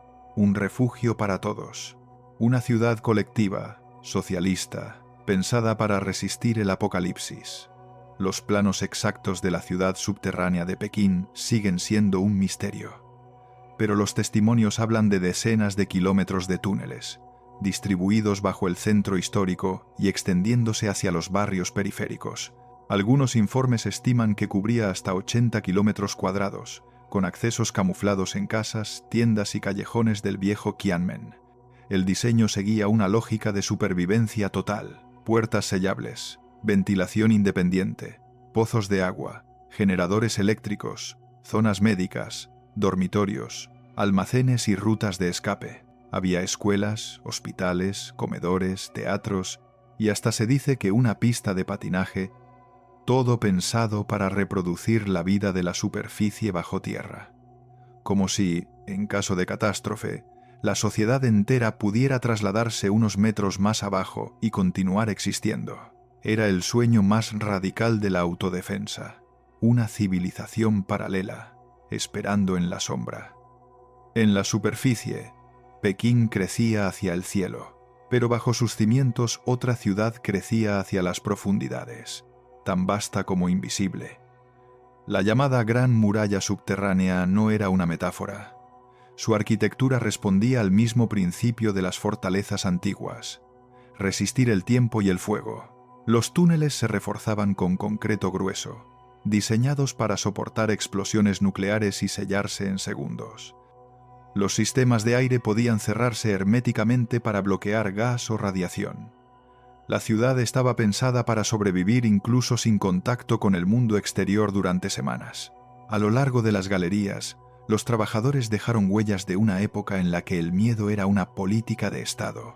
Carteles con consignas revolucionarias cubrían las paredes: prepararse para la guerra, prepararse para el pueblo, prepararse para la victoria. Los túneles eran, al mismo tiempo, búnker, propaganda y promesa, un monumento al poder del control y a la fragilidad humana. Nadie sabía si la guerra estallaría, pero la ciudad subterránea debía estar lista para cuando el cielo se incendiara. Y en ese propósito, Pekín se convirtió en la única capital del mundo con un reflejo completo bajo sus pies. A medida que los túneles se expandían, comenzaron a adquirir la forma de una verdadera ciudad. No se trataba solo de refugios, era un sistema planificado para sostener la vida. Los ingenieros chinos diseñaron un entramado de hospitales, escuelas, comedores, teatros, fábricas y hasta huertos subterráneos. Cada zona cumplía una función dentro del proyecto: mantener la moral, la salud y el orden social en caso de desastre. Los hospitales estaban equipados para operar sin acceso a la superficie. Las escuelas incluían aulas y bibliotecas donde los niños podrían continuar sus estudios, lejos del sol, durante meses o incluso años. Se construyeron almacenes para grano, arroz y aceite, depósitos de agua y túneles interconectados que aseguraban el suministro de energía y alimentos. Los relatos más curiosos hablan de un cine subterráneo, de una pista de patinaje y de pasillos tan amplios que podían transitarse en bicicleta. En aquella época, la idea no era solo protegerse, sino seguir viviendo, reproducir la normalidad en un mundo sin luz. Una ciudad sin cielo, pero con las mismas rutinas, la misma estructura social y la misma vigilancia. Porque en el fondo, la ciudad subterránea no era solo una respuesta al miedo externo, era también una manifestación del control interno, una sociedad encerrada en sí misma, ordenada, uniforme, autosuficiente, donde cada persona sabría exactamente dónde debía estar. Las cifras oficiales nunca fueron publicadas, pero las estimaciones superan cualquier lógica. Se decía que la ciudad podía albergar a toda la población de Pekín de los años 70, más de 6 millones de personas. Otros estudios hablan de que el sistema estaba diseñado para soportar la vida de 300.000 durante meses. Nadie sabe con certeza qué número es real, y quizás esa ambigüedad sea parte del propósito. El poder de la propaganda residía en la magnitud del proyecto. No importaba si era posible, bastaba con creerlo. La gente debía sentir que el Estado lo había previsto todo, que incluso si las bombas caían, China seguiría viva bajo tierra. Los túneles eran un mensaje: el pueblo no morirá. Una promesa que mezclaba esperanza y disciplina. En cada metro excavado se condensaba la obsesión por la supervivencia colectiva y el mito de la autarquía total. Pekín se convirtió así en una metáfora geológica del poder. La superficie mostraba la modernidad y la grandeza, el subsuelo, el miedo y la obediencia. Dos mundos unidos por un solo principio: resistir. El esfuerzo humano que hizo posible la ciudad subterránea fue colosal. Decenas de miles de obreros, soldados, campesinos y estudiantes participaron en la excavación, sin maquinaria avanzada, sin descanso y con una mezcla de fervor político y obligación. Muchos eran jóvenes de la Guardia Roja o miembros de comunas rurales enviados a la capital. Picaban piedra durante el día y dormían en las mismas galerías por la noche. Las paredes se llenaban de lemas: prepararse para el ataque imperialista. La revolución no teme al infierno.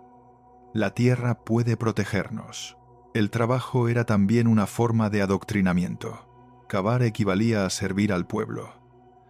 Cada golpe de pico era un acto político. El sacrificio físico se transformó en una liturgia colectiva, un esfuerzo que no debía ser comprendido sino obedecido. Con el paso de los años, el miedo al enemigo exterior fue cediendo, pero el miedo interior a desobedecer, a no cumplir, a no estar preparado se volvió aún más fuerte. Y así, lo que empezó como un proyecto de defensa nacional terminó siendo un monumento al poder del control humano sobre el miedo. La ciudad subterránea no solo estaba hecha de cemento, estaba hecha de secretos. Se calcula que había más de 90 accesos distribuidos por toda Pekín, muchos de ellos camuflados tras tiendas, viviendas o talleres. Algunos se encontraban bajo cines antiguos, otros bajo escuelas, y varios más dentro de edificios gubernamentales. Durante décadas, se dijo que ciertos túneles conectaban directamente con Zongnanhai, la residencia de los líderes del Partido Comunista, e incluso con el Gran Salón del Pueblo y el Ministerio de Defensa. Otros rumores hablaban de líneas que llegaban hasta el aeropuerto, o de salidas secretas hacia las montañas. Nada de eso se ha confirmado oficialmente, y sin embargo, el silencio de las autoridades siempre alimentó el mito. Quienes han recorrido los sectores visitables describen pasillos interminables, húmedos, con muros cubiertos de moho y puertas cerradas con candado que conducen a la oscuridad. Puertas que nadie sabe a dónde llevan, ni quién tiene la llave. La ciudad subterránea de Pekín es, hasta hoy, un espacio a medio camino entre la historia y la leyenda. Una red que existe, pero de la que nadie conoce su alcance real. Y quizás, en ese misterio, resida su verdadero poder, el recordatorio de que bajo el orden aparente de la superficie, la sombra sigue viva. Con el paso de los años, la tensión nuclear se disipó. China comenzó a abrirse al mundo, y la paranoia de la Guerra Fría se volvió un recuerdo incómodo. La ciudad subterránea de Pekín, que había sido un símbolo del miedo colectivo, quedó abandonada en la oscuridad. Durante décadas, nadie hablaba de ella. Los accesos se tapiaron, los túneles se llenaron de polvo, y los pocos que conocían su estructura exacta guardaron silencio. Fue recién en el año 2000 cuando las autoridades locales decidieron abrir una pequeña parte al turismo. Los visitantes descendían por una escalera angosta, iluminada con luces amarillas, y descubrían pasillos interminables, mapas oxidados, viejas consignas revolucionarias y habitaciones convertidas en pequeñas exposiciones. Allí, entre el moho y la penumbra, se revelaba la magnitud del sueño subterráneo, un espacio hecho no solo de cemento, sino de miedo, sacrificio y obediencia. La experiencia no duró mucho. En 2008, con motivo de los Juegos Olímpicos, el complejo fue cerrado por reformas y nunca volvió a abrir completamente. Desde entonces, la ciudad subterránea ha regresado a su estado natural, el de un rumor bajo el suelo, invisible y siempre presente, como una cicatriz que la historia prefirió enterrar. A comienzos del siglo XXI, cuando Pekín crecía a un ritmo vertiginoso y los precios de la vivienda se disparaban, los túneles volvieron a cobrar vida, pero de un modo inesperado. Miles de trabajadores migrantes, recién llegados del campo, empezaron a alquilar los viejos refugios y búnkeres de la capital. Eran jóvenes sin recursos, empleados en fábricas, restaurantes y obras, que encontraron bajo tierra el único lugar donde podían pagar un techo. Los medios los llamaron la tribu de las ratas, los Shashzu, pero en realidad eran las sombras de una modernidad que los había dejado sin espacio. Vivían en pequeñas habitaciones sin ventanas, de techos bajos, con pasillos húmedos y luz artificial permanente. Algunos cocinaban con hornillos eléctricos, otros compartían baños comunes. Todos dormían bajo el mismo rumor lejano del metro y del tráfico. Lo que había sido construido como un refugio para la guerra se transformó en un refugio contra la desigualdad. Los mismos túneles que debían salvar al pueblo de las bombas terminaron albergando a los olvidados del progreso. Y así, la ciudad subterránea volvió a cumplir su función original: proteger a quienes no podían sobrevivir en la superficie. La idea de vivir bajo tierra no era nueva para los chinos. En las llanuras del norte, desde hace milenios, existen los yaodong, viviendas excavadas en la roca del Loess, frescas en verano y cálidas en invierno. Allí, familias enteras han vivido durante generaciones, en casas que parecen surgir de la tierra misma. Esta tradición milenaria de refugio subterráneo forma parte del imaginario chino. La tierra como madre, como útero, como defensa natural. En tiempos de guerra, los campesinos se escondían en túneles. En tiempos de paz, cultivaban hongos y raíces bajo el suelo. La ciudad subterránea de Pekín no fue una invención moderna, sino una reencarnación tecnológica de un instinto ancestral. China siempre ha entendido que la tierra no solo alimenta, sino que también protege, y al mismo tiempo que toda protección tiene un precio: la oscuridad, el aislamiento, la renuncia al aire libre. La ciudad bajo Pekín es la versión moderna de esa paradoja, una seguridad que exige sumisión, un refugio que exige silencio. Hoy, pocos recuerdan que bajo la metrópoli más poblada del planeta late otra ciudad. Los turistas caminan sobre los bulevares de Chang'an, los coches cruzan los puentes del Templo del Cielo, y bajo ellos, en algún lugar, los túneles siguen respirando. La ciudad subterránea de Pekín es un monumento invisible a la psicología del miedo. No fue construida solo contra un enemigo exterior, sino contra la fragilidad humana. Representa la convicción, y también la obsesión, de que el Estado podía vencer incluso al apocalipsis, pero bajo esa capa de cemento y disciplina se oculta algo más profundo. La prueba de que el ser humano, cuando teme por su existencia, no mira al cielo en busca de salvación, sino hacia abajo, buscando refugio en la entraña del mundo. En los túneles de Pekín, el pasado y el futuro se confunden. Allí, entre el hormigón y la humedad, todavía resuena la consigna de 1969. Cavad túneles, almacenad grano, preparaos para la guerra.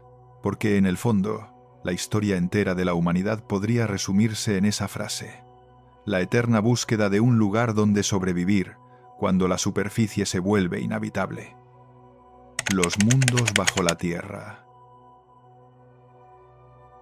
A lo largo de todo el continente americano, desde las montañas rocosas del norte hasta los Andes del sur, existe una idea que atraviesa las culturas y los siglos. La vida nació bajo la tierra, no como metáfora ni como mito religioso, sino como una historia de origen.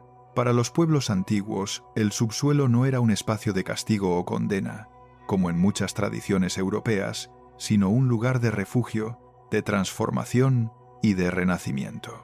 Cuando los cronistas españoles comenzaron a registrar los relatos indígenas en el siglo XVI, se sorprendieron de la cantidad de pueblos que hablaban de mundos anteriores, destruidos por fuego, hielo o agua, de los cuales la humanidad solo sobrevivió descendiendo a la tierra. En esos relatos, el ser humano no es una creación repentina, sino el resultado de una larga sucesión de destrucciones y renacimientos. El documental comienza con esta idea central: que las leyendas del mundo subterráneo son, en el fondo, una forma de recordar la supervivencia, y que tal vez, detrás de esas historias, haya rastros de hechos reales, de catástrofes, refugios y civilizaciones que se protegieron bajo el suelo cuando la superficie se volvió inhabitable. Entre los pueblos nativos de América del Norte, esta noción de mundos sucesivos está muy extendida. Los Navajo, los Mandan y los Hopi comparten la idea de que la humanidad ha vivido en 4 mundos diferentes y que en cada uno de ellos ocurrió un gran cataclismo. El primero fue destruido por el fuego, el segundo por el hielo, el tercero por el agua, y el cuarto es el mundo actual, en el que vivimos. Estas historias no son leyendas marginales, forman parte del centro de sus creencias y aún hoy se transmiten en ceremonias. Los Hopi, por ejemplo, cuentan que solo un pequeño grupo de seres humanos sobrevivió a la destrucción del tercer mundo gracias a la ayuda de seres espirituales llamados Kachinas, que los guiaron hacia el interior de la tierra. Allí permanecieron hasta que fue seguro regresar a la superficie. La arqueología moderna sugiere que muchas de estas narraciones pudieron surgir como recuerdos culturales de desastres naturales, sequías extremas, erupciones volcánicas o inundaciones masivas. Pero lo más interesante es que, independientemente del origen, todos estos mitos coinciden en algo: la salvación no vino del cielo, sino del interior del suelo. Entre todas estas culturas, ninguna ha conservado su relato de origen con tanta claridad como los Hopi, que aún habitan el árido desierto del norte de Arizona. Según su tradición, los primeros humanos vivieron bajo tierra, en un mundo oscuro, donde no existía el sol. Ese lugar no era un infierno, sino una especie de útero cósmico donde la humanidad esperaba su momento para salir. Guiados por una figura mítica llamada Sotuknang, los Hopi comenzaron su ascenso hacia la superficie a través de una abertura sagrada llamada Sipapu.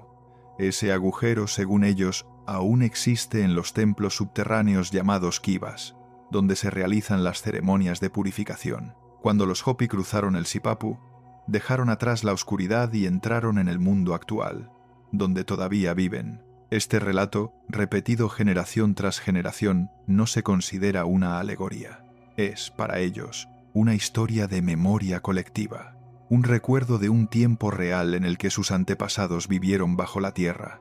Y al mirar los restos arqueológicos de otras civilizaciones desde túneles subterráneos hasta ciudades ocultas como Derinkuyu o Chabin de Huántar, resulta inevitable preguntarse si estas tradiciones podrían conservar fragmentos de un pasado más antiguo de lo que imaginamos.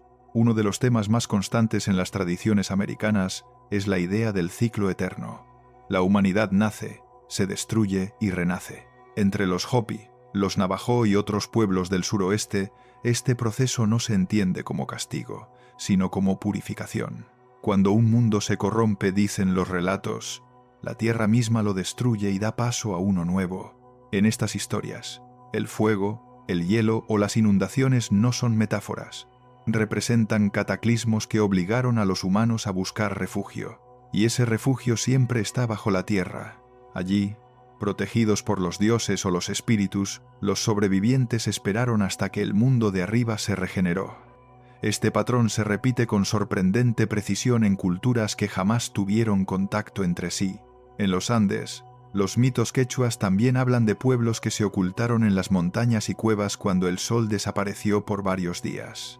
Algunos arqueólogos creen que estas narraciones podrían conservar el recuerdo de eventos climáticos extremos, como erupciones volcánicas o largos inviernos causados por cenizas y polvo en la atmósfera. Pero, sea cual sea su origen, todas coinciden en lo mismo.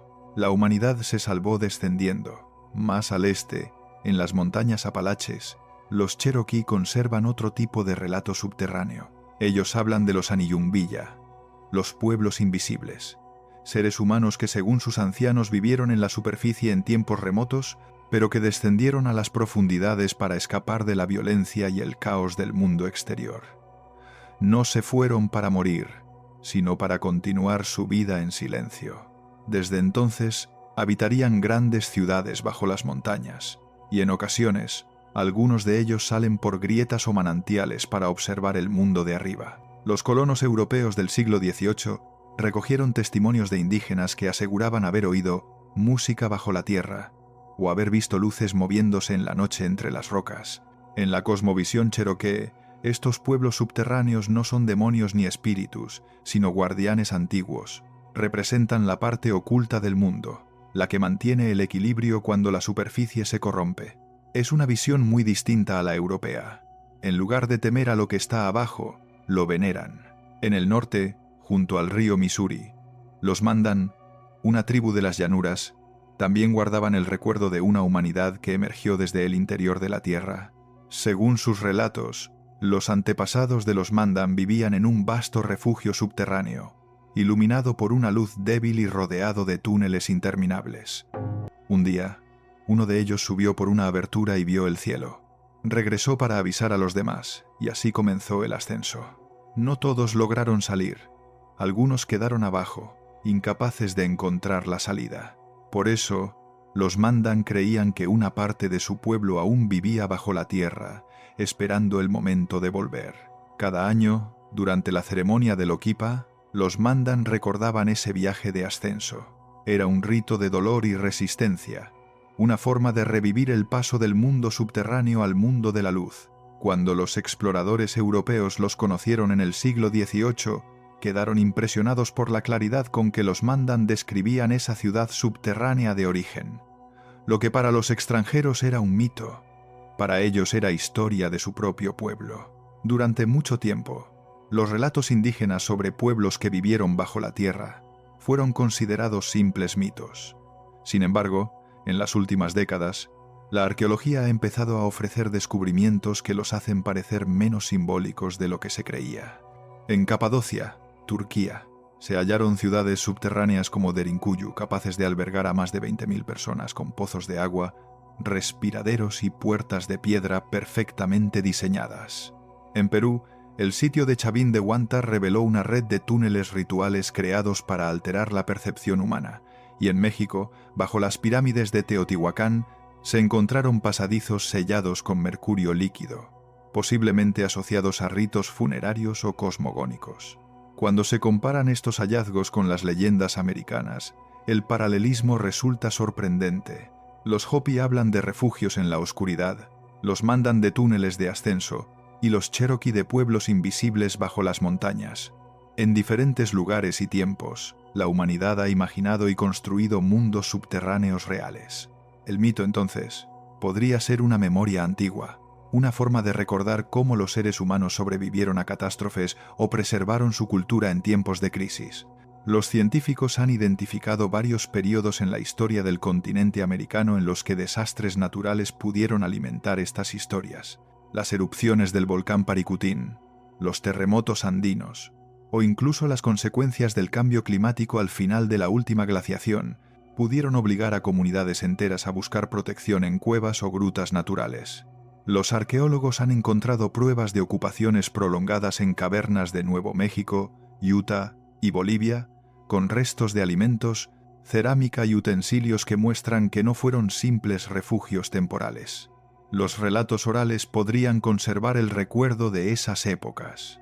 Cuando los Hopi cuentan que vivieron en la oscuridad hasta que el sol volvió a salir, no necesariamente están hablando de un mito sobrenatural, sino tal vez de un episodio real vivido por sus antepasados. Las leyendas, con el tiempo, transformaron la memoria del miedo en un relato de renacimiento. Así, el descenso a la tierra deja de ser una metáfora religiosa y se convierte en un gesto humano de supervivencia. En la oscuridad, lejos de la destrucción, el hombre antiguo encontró la única manera de esperar la calma. Pero no todas las historias tratan del pasado. En muchas culturas, los pueblos subterráneos siguen existiendo. Los Cherokee hablan de los Nuneji, los pueblos ocultos, seres bondadosos que viven bajo colinas y montañas, y que ocasionalmente ayudan a los humanos perdidos en los bosques. En los Andes, los quechuas cuentan que los gentiles antiguos habitantes del mundo anterior se refugiaron bajo la tierra al llegar el sol y que todavía se pueden escuchar sus voces cerca de las minas o los lagos. Incluso en el norte de México y el suroeste de Estados Unidos, algunos relatos fronterizos mencionan túneles bajo desiertos donde se ven luces que se mueven sin explicación y sonidos de tambores o cánticos. Más allá de lo literal, estas leyendas mantienen viva una idea esencial, que bajo la superficie todavía habita algo antiguo, una memoria, una presencia, o quizá la simple conciencia de que la historia humana no se limita a lo que vemos sobre el suelo. El mito, entonces, no desaparece, cambia de forma, se adapta, y sobrevive en las voces de los pueblos que aún miran la tierra como un ser vivo, capaz de guardar secretos que ningún arqueólogo ha descubierto todavía. Las leyendas americanas sobre pueblos que vivieron bajo tierra no son un caso aislado. En otras regiones del planeta se repiten los mismos patrones con nombres diferentes.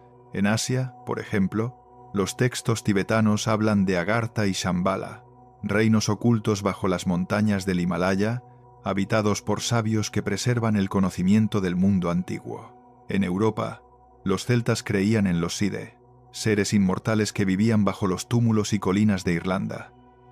Y en el norte de Alemania y Escandinavia, se hablaba de los reinos de los elfos, civilizaciones ocultas en las entrañas de la tierra que solo se mostraban en momentos de crisis o transición. Aunque las formas y los nombres cambian, la idea central es la misma. Bajo la tierra existe un mundo paralelo, más antiguo, más sabio y en muchos casos más puro. Algunos lo interpretan como un reflejo del inconsciente colectivo, otros como la memoria simbólica de un refugio real y otros como la necesidad humana de imaginar un segundo hogar cuando el primero se vuelve inseguro. Estas coincidencias culturales, separadas por océanos y milenios, sugieren que el mito del mundo subterráneo no nació en un solo lugar, sino que emergió de experiencias comunes, desastres naturales, miedo, supervivencia y esperanza. A medida que la arqueología avanza, muchas de estas historias, que parecían simples invenciones, encuentran puntos de contacto con los hechos. Los descubrimientos de ciudades enterradas, como Pompeya o Çatalhöyük, o los complejos subterráneos de Capadocia y Teotihuacán, demuestran que el ser humano ha usado el subsuelo como refugio y santuario desde tiempos prehistóricos. Los pueblos americanos, sin necesidad de tecnología avanzada, transmitieron en forma de mito esa misma experiencia, la de ocultarse para sobrevivir y luego volver a la superficie para empezar de nuevo. Los arqueólogos y antropólogos que han trabajado con comunidades nativas reconocen que los relatos orales, incluso cuando parecen simbólicos, guardan información real. Algunos estudios sobre los Hopi, por ejemplo, muestran coincidencias entre su mito del mundo anterior destruido por el agua y los registros geológicos de inundaciones catastróficas ocurridas hace más de 10.000 años en América del Burco Norte. Así, lo que durante siglos se consideró superstición empieza a verse como una forma de memoria histórica codificada en el lenguaje del mito. En la actualidad, muchas de estas historias siguen vivas. Los pueblos indígenas continúan realizando ceremonias en cuevas, montañas o templos subterráneos, convencidos de que esos lugares son puertas entre el pasado y el presente. El mito del mundo subterráneo no solo habla de refugio, sino también de identidad. Recuerda que la humanidad es capaz de adaptarse, de esconderse del desastre y volver a surgir. Desde los túneles de Derinkuyu hasta las cámaras de Chavín de Huántar, desde los Sipapujopi hasta las montañas Cherokee, todos los caminos parecen conducir a una misma idea. La tierra no solo nos sostiene, también nos guarda. Quizá las leyendas sobre ciudades ocultas, guardianes invisibles o refugios bajo el suelo no sean simples historias, sino la forma en que las antiguas civilizaciones nos recordaron su mayor lección. Cuando el mundo de arriba se derrumba, la salvación puede estar esperándonos abajo.